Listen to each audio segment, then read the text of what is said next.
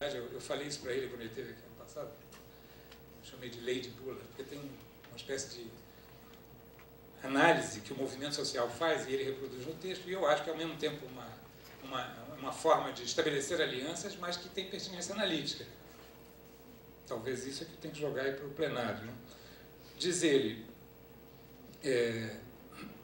a pressão global exercida sobre o meio ambiente, na sua diversidade, não se reduzirá enquanto os mais poderosos puderem continuar concentrando os danos ambientais sobre os grupos sociais menos poderosos. Essa é a lei de Buller. Ou seja, aqueles que decidem não levarão a sério desafios ambientais enquanto puderem fazer pagar por isso os mais pobres, ou mais fracos. Bom, aí para terminar, minhas considerações, o que a gente pode tirar dessa organização dessas leituras.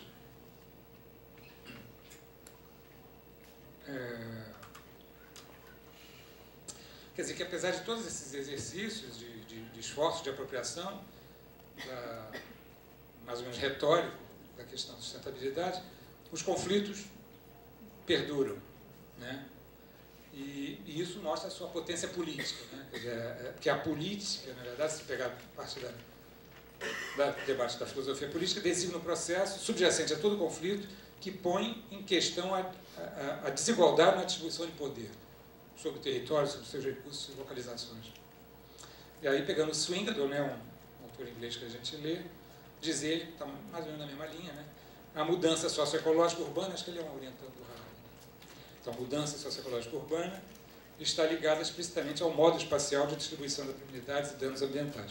A questão da sustentabilidade é, portanto, fundamentalmente a questão política de determinar quem ganha e quem perde no processo de mudança socioecológica.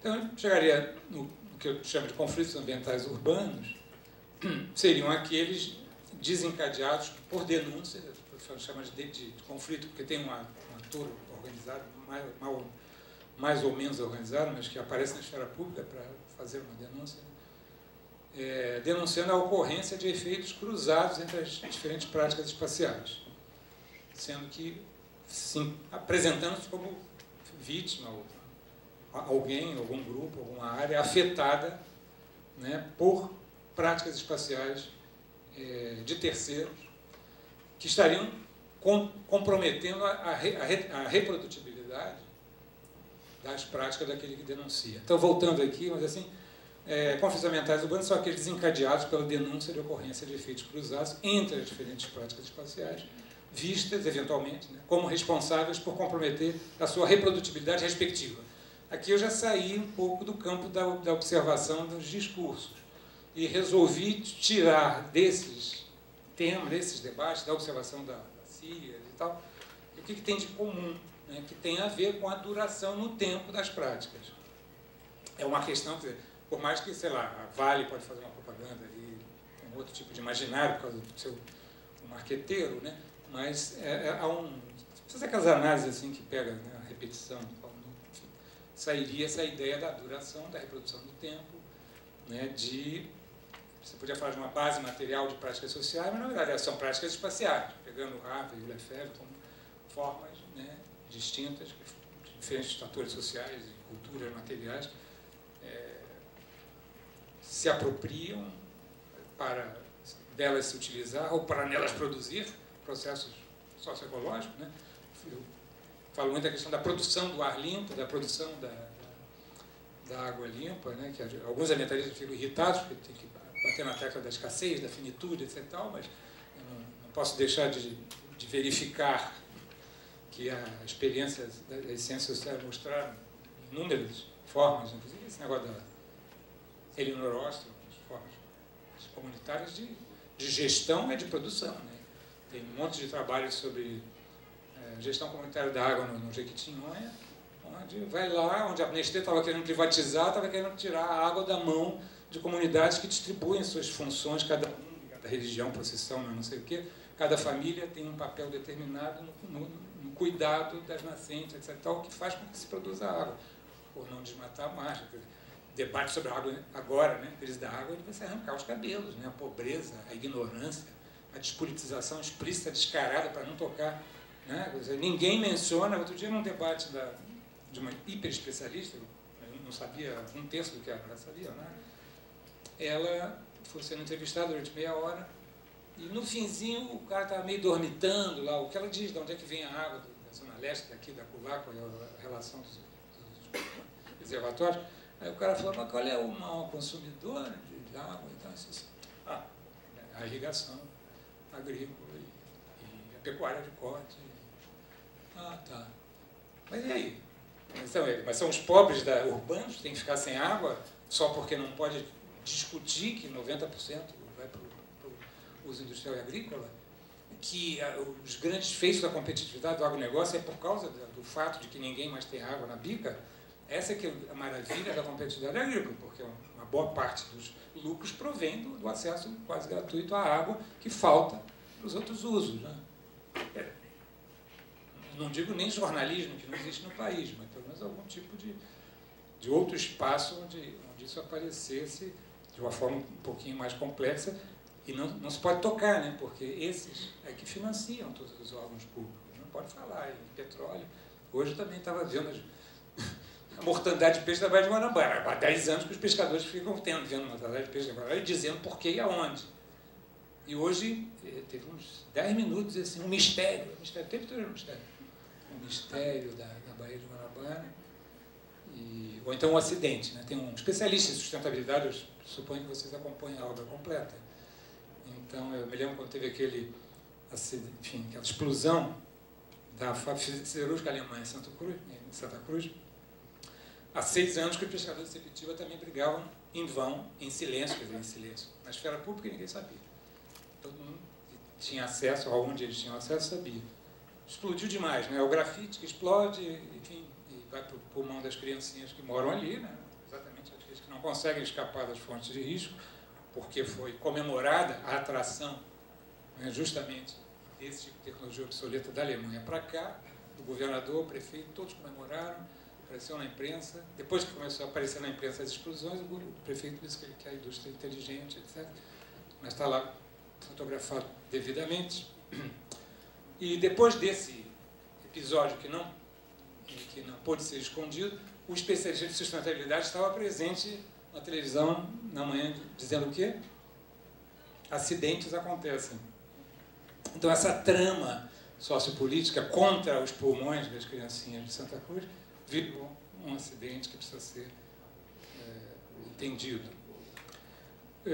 Então, os conflitos, eu diria que tem uma variedade de conflitos através da história das cidades, mas uma parte deles foi sendo unificado sobre esse mesmo universo semântico, para a gente sair dessa tratamento do meio ambiente dado, fetichizado, material, né? Então, foram problemáticas que foram reunindo um certo número de conflitos sobre essa questão da saúde ambiental, o saneamento ambiental, as coisas foram sendo mais ou menos articuladas, aos modos de articulação, interação, espaço-temporais das práticas. Então, eu diria, quando essa história da reprodutibilidade das práticas espaciais, que elas não se reproduzem também isoladamente. Elas estão sempre instauradas em conjuntos, afetando-se reciprocamente. Então, elas estão combinadas de uma forma simbiótica, e que uma é compatível com a outra, até alimenta a outra, ou não. Então, quando esse acordo se mostra impossível, aí que os conflitos ambientais se desencadeiam. Então, nesse sentido é que eu peguei, através de uma discussão sobre indicadores, que uma vez me chamaram, e tinham vários colegas fazendo as suas formas matemáticas para os indicadores de sustentabilidade urbana, e aí, então, sugeri essa ideia, que seria um caminho, mais ou menos, esse, né, da pesquisa, para dizer, bom, tem uma trama sociopolítica atravessada pela desigualdade que precisa ser evidenciada nesse domínio, né? E nesse sentido que eu propus como indicador de insustentabilidade justamente os conflitos ambientais urbanos. Quer dizer, quando certos atores sociais, não eu ou outro especialista, os atores sociais, eles enunciam, vocalizam essa percepção de que a fábrica solta grafite no pulmão das criancinhas e tal. Então, essa articulação a partir da percepção e da construção da fonte do risco, como algo que precisa ser tratado na esfera pública, seria um indicador de insustentabilidade, ou seja, uma problematização dessa irreprodutibilidade de certas práticas espaciais pelos atores sociais ele mesmo, pelo tecido social vivo E aí eu dizia, esses conflitos eles podem ser ou ignorados, como há uma preferência, digamos, hoje na esfera pública, ou neutralizados com algum tipo de compensação para que não haja essa vocalização, ou então reconhecidos, discutidos e politizados, quer dizer, relacionados entre si. Politizado aqui quer dizer relacionados entre si frente a um determinado modelo de cidade, um determinado modelo de desenvolvimento urbano, um modelo de desenvolvimento em geral. E o tratamento desses conflitos nas... Alô. Abre para uma rodada de perguntas. Tem alguma pergunta? Alô. Tá saindo.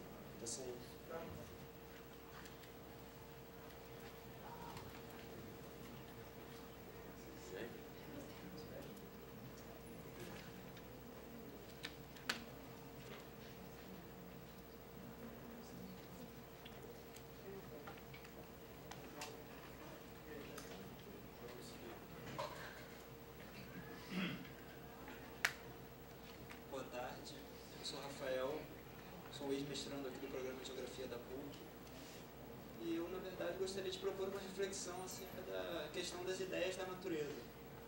Né? Como essa diferenciação do modelo de ideia de natureza, ela se materializa na cidade. E a outra reflexão que eu gostaria de propor era a respeito da emergência, né? Na verdade, volta ao debate ambiental a questão do antropoceno. Eu gostaria de saber a sua opinião a respeito disso. Acho que ficou claro? Assim, Não, esse explica melhor. Tem a ver com a discussão do Eduardo de Castro, né? Isso. Mas é o quê? Eu não tenho acompanhado. Dá uma explicação. Dá uma explicada. Não, é porque seria... Essa lógica é meio inspirada, né? Que o mundo vai acabar. Isso, exatamente, que elencaria o fator humano como como é que eu posso explicar isso? Agregaria a presença humana à aceleração de, por exemplo, um tempo geológico. Né? Assim, só para propor uma reflexão.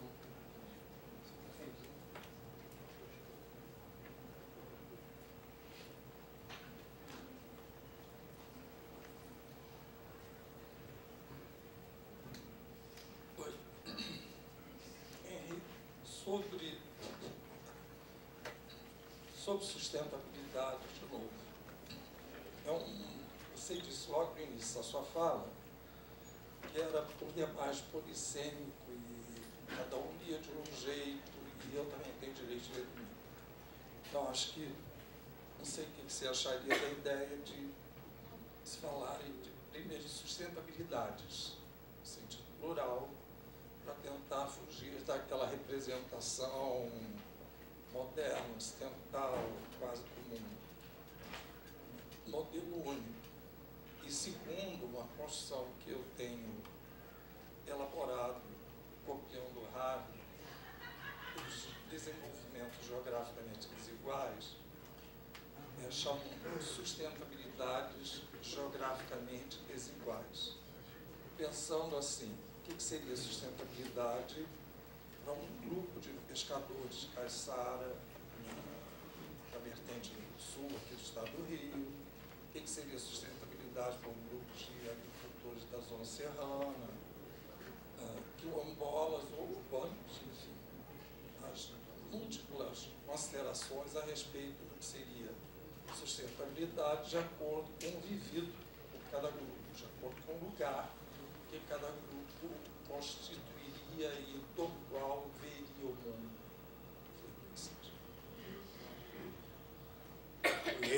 Meus parabéns pela exposição instigante, pela o volume, né, de informações e de problemas trazidos. Eu queria ouvir você sobre a questão do discurso do retorno à natureza, a saída da cidade, principalmente Montaigne, e hoje, nesse momento de metropolização, a recriação da natureza na perspectiva, essa natureza mercantilizada, essa natureza colocada pelos incorporadores imobiliários, criando uma sustentabilidade em áreas, principalmente aqui no Rio, no caso da Barra da Tijuca.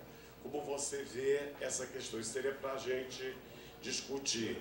A outra, no livro seu, de vários autores, tem aquele texto do Katrina, né, que vai mostrar na justiça ambiental como que os negros, a população pobre e negra permanece penalizada até hoje, a questão das favelas, áreas de favelas, sob o comando do narcotráfico, as UPP, e por que outras favelas, como estaria essa questão da sustentabilidade, onde estaria a sustentabilidade, seria na criação da segurança, como que a compreensão indo além de uma questão só de domínio da natureza. E outro só ilustração, não é para discutir, o Estado de São Paulo voltou novamente agora à legislação com relação ao saco plástico, as sacolas plásticas. Então não pode ter mais, mas ao mesmo tempo, contraditoriamente, toda a mercadoria do supermercado é com utilização do plástico. Ou seja, a bandeja de plástico, o filme, mas só o consumidor que não pode levar. Então é um discurso semi-ecológico, é semi-sustentável, né? Onde estaria só para a gente discutir essa perspectiva de mercado. Obrigado. Mais alguma para fechar? Boa tarde, meu nome é Frederico. Eu queria que você comentasse um pouquinho, assim, a partir da cartografia social, né, tive conhecimento disso lá com o Alfredo Wagner, mas vi que você escreveu algumas coisas sobre isso também. Eu queria que você comentasse essa matriz de crise que vive os movimentos sociais latino-americanos, né, e essa perspectiva de ação a partir da cartografia social, diante dessa coisa que você colocou hoje aqui para a gente.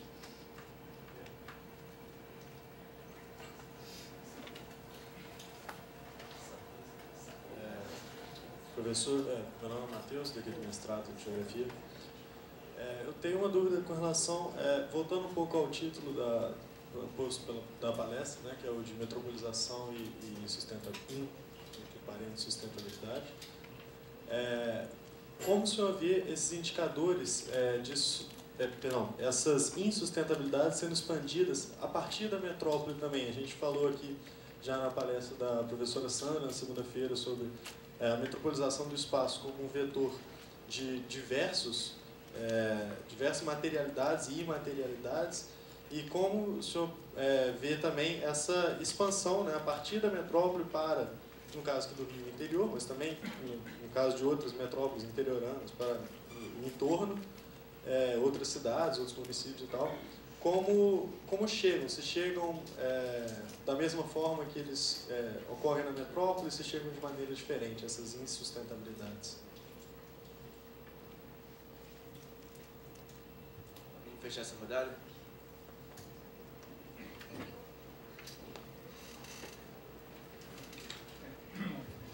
Bom, obrigado aí pelo conjunto de questões.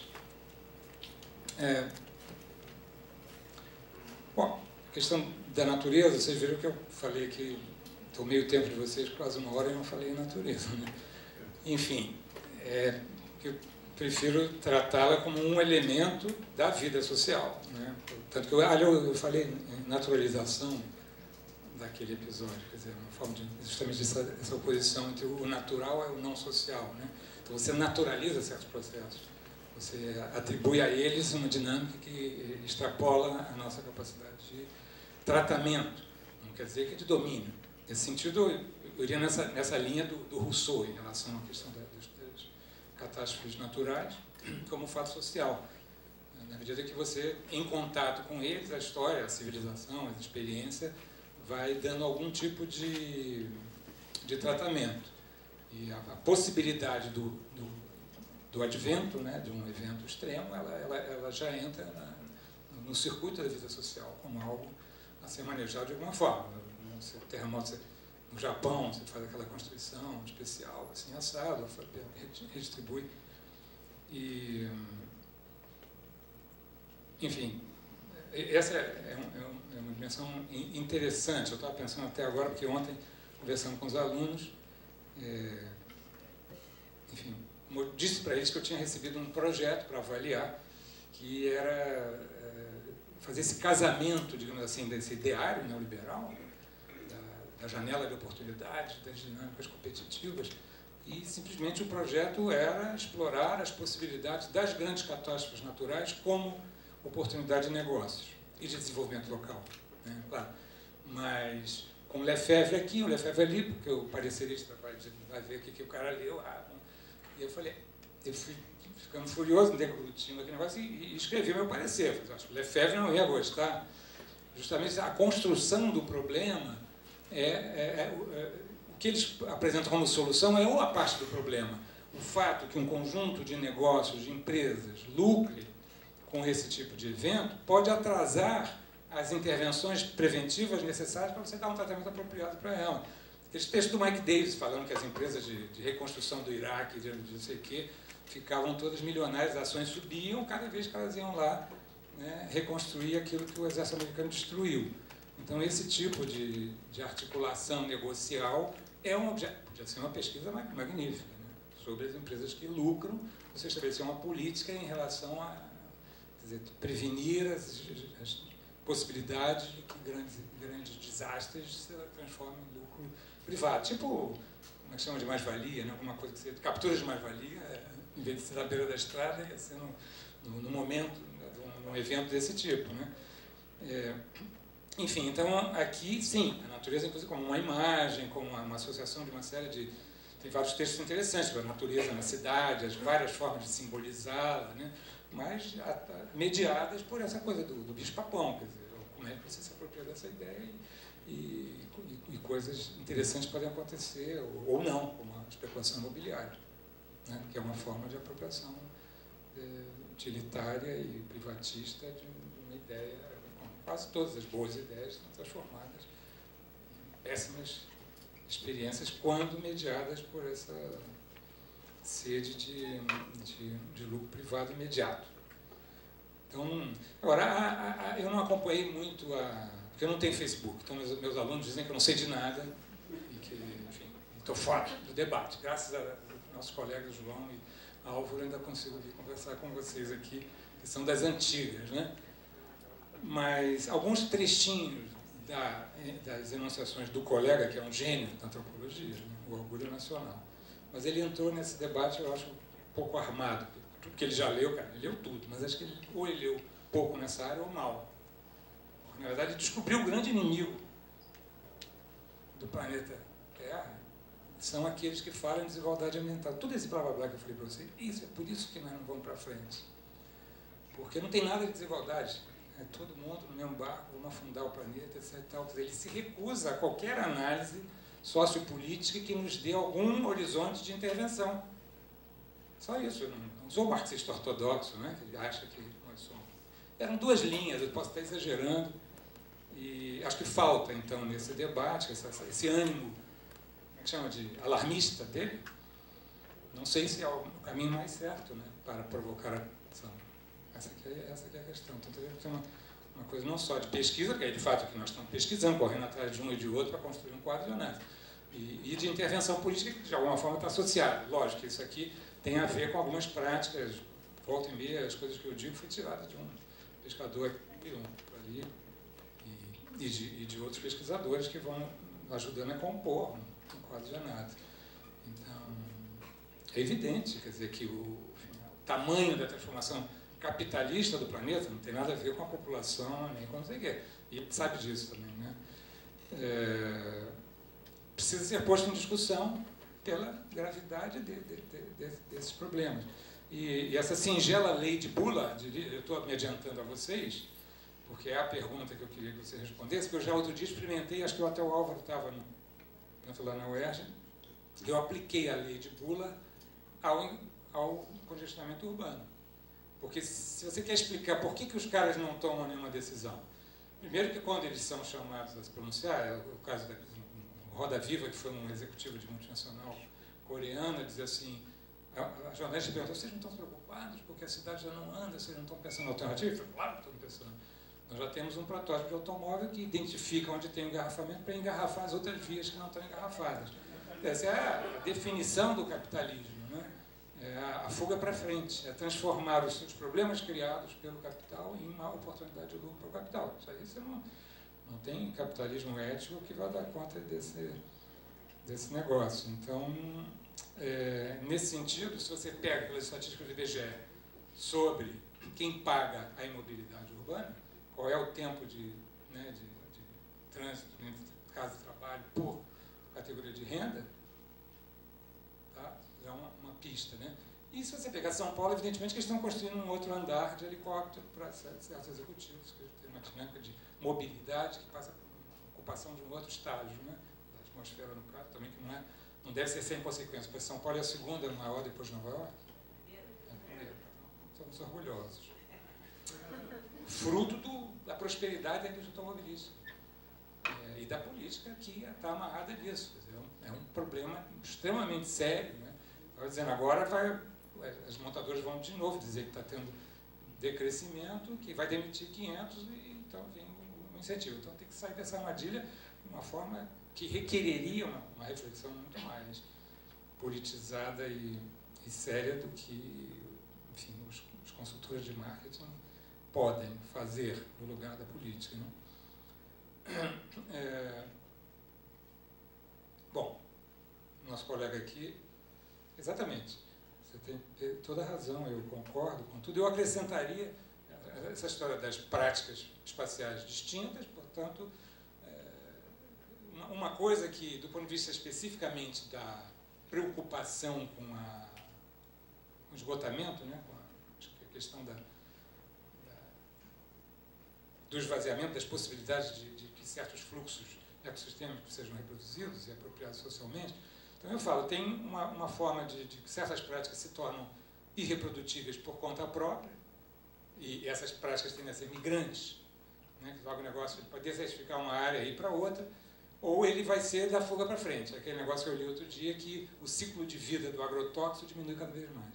Então, cada vez um novo produto do agroquímico dura menos e precisa ser substituído por outro. Isso o Eduardinho precisa saber, para ficar mais assustado ainda, inclusive com o que ele come. Então, é uma fuga para diante que é o caminho da prática de per si. Ou as práticas espaciais que esgotam a reprodutibilidade das demais, de terceiros. É essa que eu tentei trazer sobre a forma do conflito. E é essa que eu acho que caberia acrescentar o que o João falou, que é a dimensão relacional.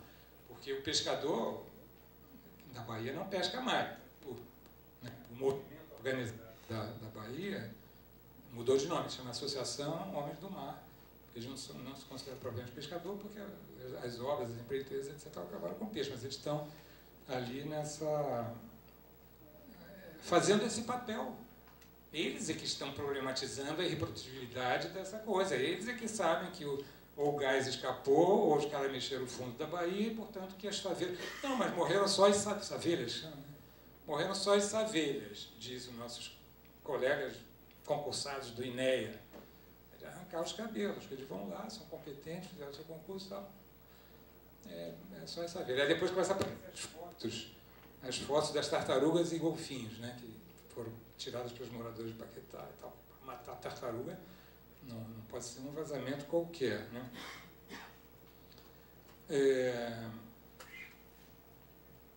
Aí já mencionei a história E a história do plástico, bom, tem um texto que saiu num número especial de cidades, que vale a pena vocês terem acesso, eu suponho que tem na internet, que é uma revista chiquérrima da Federal de Minas Gerais, que chama-se Revista da UFMG. Os caras fizeram um papel cocheiro, não sei, mas deve estar na internet. Todo ele dedicado à cidade, um número no ano passado. E aí tem um artiguinho meu lá que eu começo a colocar os demônios para fora em relação ao consumismo, né? E aí eu pego um artigo da Olgária Matos, dialogando com Benjamin, né? Ela fala da cidade como lugar do consumo e do consumo de lugar.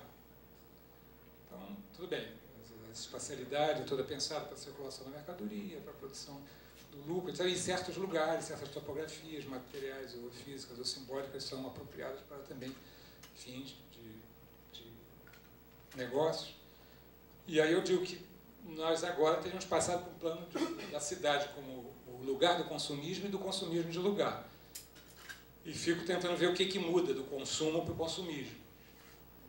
Pelo menos chuto lá, que eu não sei, acho que os profissionais da comunicação que deveriam fazer essa análise, deve até existir. Mas eu pego o que muda primeiro, a demanda é produzida pela oferta, através de esforço de venda publicitário ou de crédito, no caso, né, para baixa renda, para possibilidade de incorporação. Então, é uma construção da demanda pela oferta.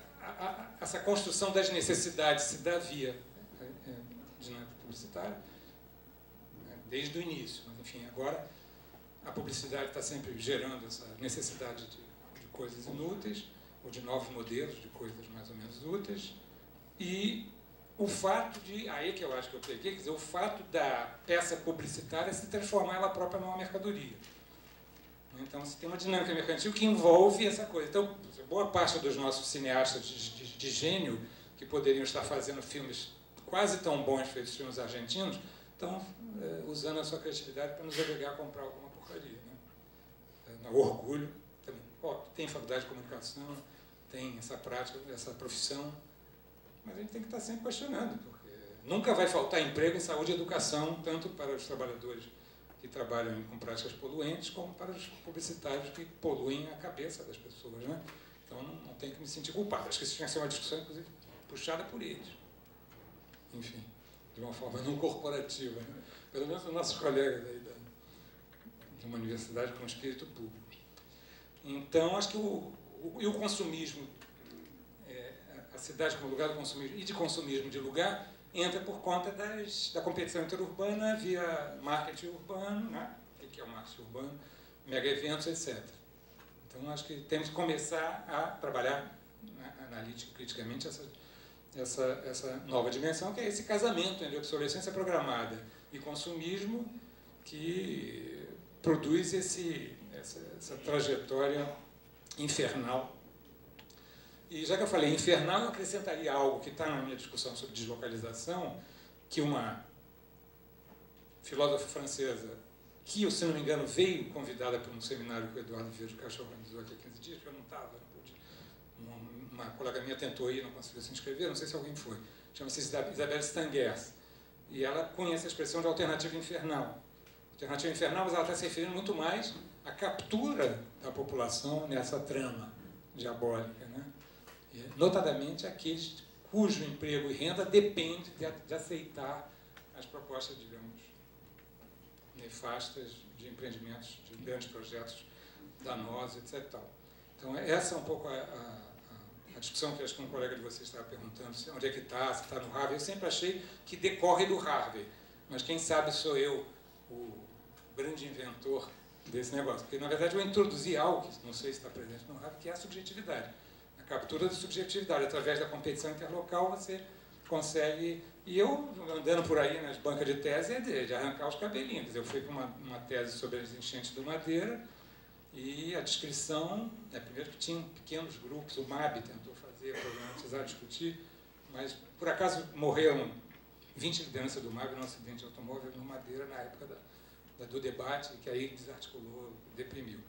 Mas não é essa a razão. O fato é que havia comitês estudantis pró-barragem, mobilizando a sociedade, o movimento estudantil e a sociedade com 200 mil assinaturas para fazer aquilo que resultou num desastre previsto por todo pescador que morava na beira do rio, que disse que ia desbarrancar. Isso é uma queda de terra caída, né? Terra caída. Isso. Então, isso é isso que a gente tem que aprofundar. Né? Isso aí é uma captura política, e, enfim, a deslocalização é um mecanismo através do qual você, né, impõe às pessoas a alternativa infernal. Quer dizer, ou ter um emprego de má qualidade, com mais condições de direito, ou predando alguma coisa da coletividade, ou nenhum. Essa é a alternativa infernal.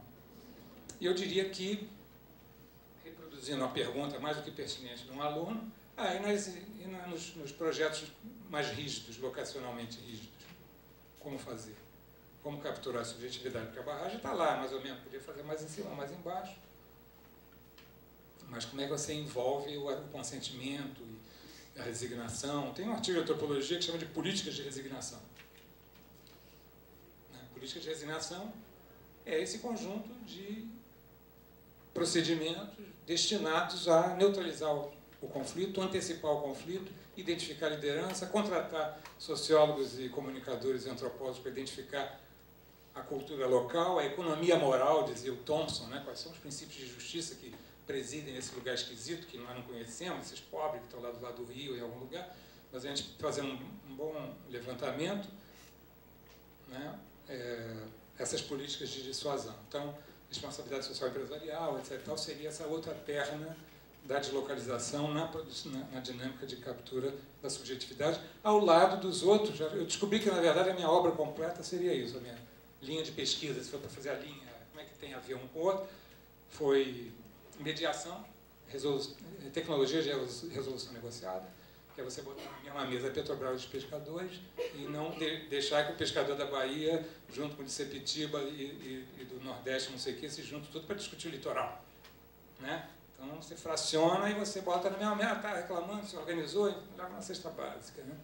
Então, mediação de conflito seria uma forma de despolitizar o debate sobre o modelo de litoral, de petróleo, barragem, eletricidade, etc. Fragmentar os sujeitos da democratização do debate, né, que estariam ali presentes para poder, inclusive, trazer o seu conhecimento próprio, porque esses caras, quem ninguém conhece melhor a Baía de Guanabara, tinha aquele colega nosso, acho que faleceu, que já conhecia Pamal, né, não pouco, e os pescadores, que faziam esses relatórios do Ministério Público, conhecimento oceanográfico do Bahia e tal, e legal, impressionante, jurídico. Eles conhecem, ele põe aquele relatório lá com todas as leis que foram boladas.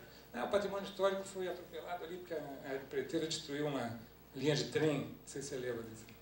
Os caras já estão sabendo, né?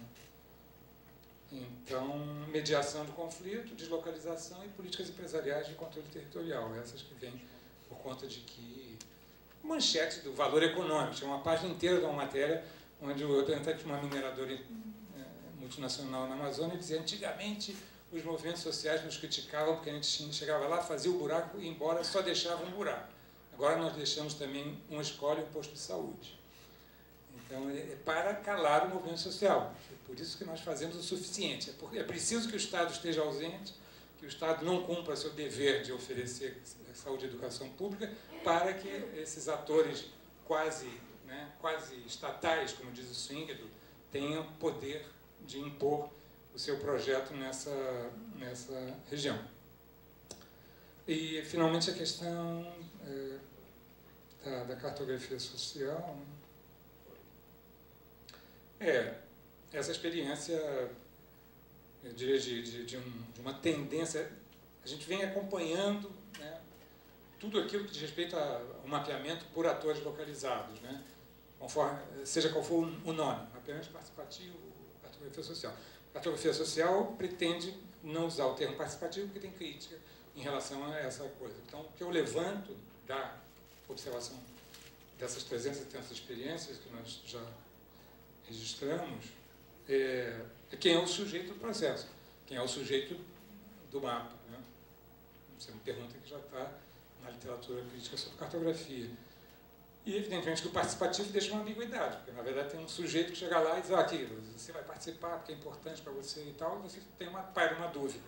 Realmente, quem é o sujeito político daquele, quem é que decide se vai ou não mapear, o que registrar, o que não registrar, isso de que forma, e quem é o proprietário que vai controlar o uso dos dados. Só isso. Nem sempre está pautado. E esse pessoal que não usa o participativo é porque tem uma certa desconfiança que isso não estará claro, então usa o social.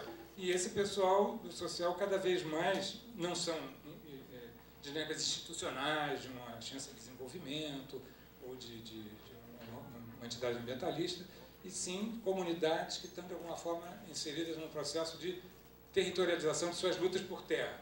Então, estão transformando aquilo que tradicionalmente é a luta por terra em direitos territoriais, de garantir uma certa territorialidade, uma forma específica.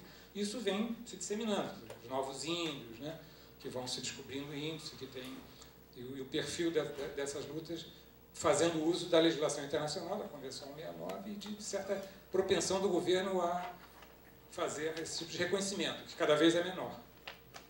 Vide a campanha eleitoral, nós tivemos uma infinidade, todos os principais candidatos, né, os 3 principais candidatos eram candidatos do agronegócio, um deles era mais do que os demais, essa é a diferença, e disse que essa questão indígena quilombola tem que se pensar melhor, dar um jeitinho, que é a grande causa, né, do agronegócio, é dar uma parada, já que o Código Florestal foi mais ou menos resolvido, por enquanto, a Caixa Abril disse que eles vão voltar no futuro. Eles já conseguiram uma vitória parcial, eles pretendem mais, mas é a terra pública que tem que mexer. Então tem que parar e rever essa coisa de terra indígena, de